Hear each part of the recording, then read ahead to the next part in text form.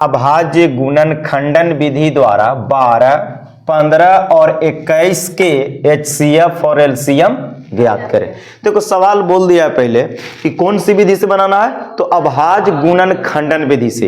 एक होता है भाग विधि, एक होता है गुणज विधि से भी निकलता है, लेकिन ये बोल रहा है कोची अभाज्य गुणन खंड विधि। तो पहले यह जानना होगा कि अभाज्य गुणन खंड विधि क्या होता है। तो सुनो, अभाज्य संख्या किसको कहते हैं? वैसी संख्या जो एक से कटे और अपने आप से कटे और किसी से नहीं कटे, उसको कुछ कहते हैं अभाज्य संख्या। तो जब सबसे पहले गुणन खंडन विधि से बोला है तो हमको 12, 15 और 21 को कुछ तोड़ना होगा, गुणन खंडन। तो 12 को पहले ऐसे तोड़ेंगे, देखो 12 लिख लिया जाए, ऐसे तोड़ा जाए तो 12 2 से कटेगा ना, 6 बार में, फिर 2 से 6 क्या बार में, 3 बार में, फिर 3 से कितना बार में, 1 बार में।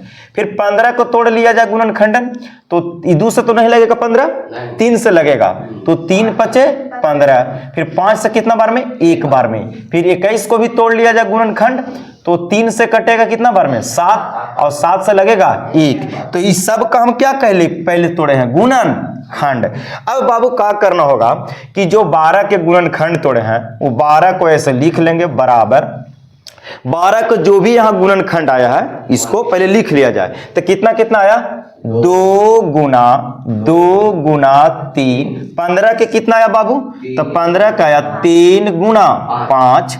21 का भी कितना आया है, तो 21 के 3 गुना 7। तो सबसे पहले पहला काम हम आपको कुछ पूछा है HCF, तो सबसे पहले हम लोग कुछ निकालेंगे HCF। कितना कितना का HCF निकाल रहे हैं, 12, 15 और कितना का, और 21 का। इन सब का हम सबसे पहले कुछ निकालते हैं HCF।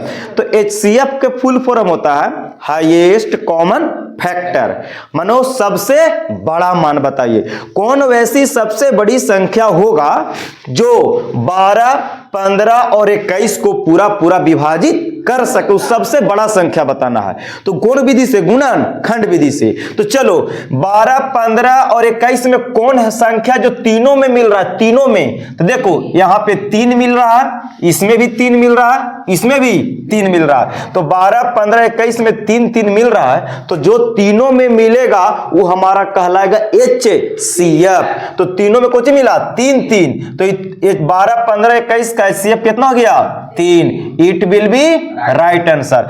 3 के अलावे और कुछ मिल रहा है नहीं, और मिलता तो और यहां पे लिख के गुना करते हैं, और मिलता तो और लिख के गुना करते हैं।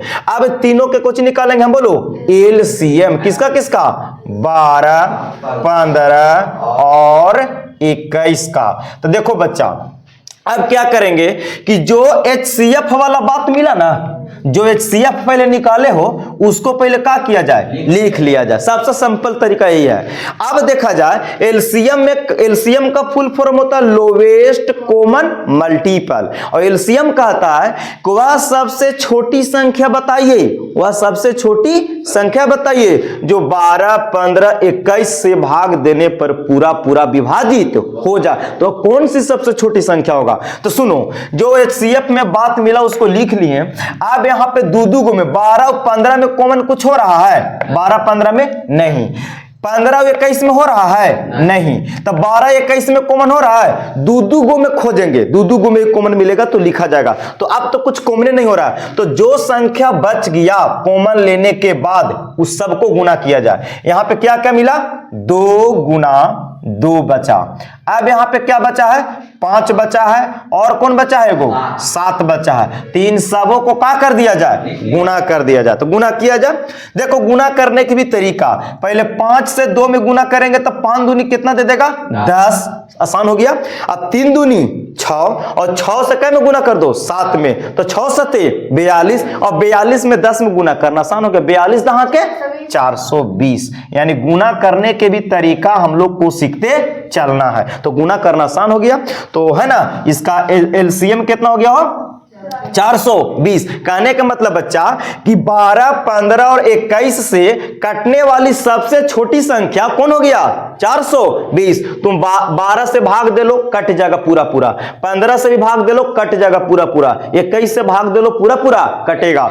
और कहेगा कि 12, 15, 21 को विभाजित करने वाली सबसे बड़ी संख्या कौन होगा, 3 होगा। 3 से बड़ा कोई नहीं होगा जो इन तीनों को क्या करेगा, विभाजित कर देगा। और इन तीनों से कटने वाली सबसे छोटी संख्या कौन होगा, 420। यही मेरा आंसर हो चुका है। बिहार बोर्ड हमेशा 2 नंबर में पूछते रहता है। उम्मीद करते हैं साथियों कि आप लोग को भी अच्छा लगा होगा, समझ में आया होगा, रिवीजन हो गया होगा।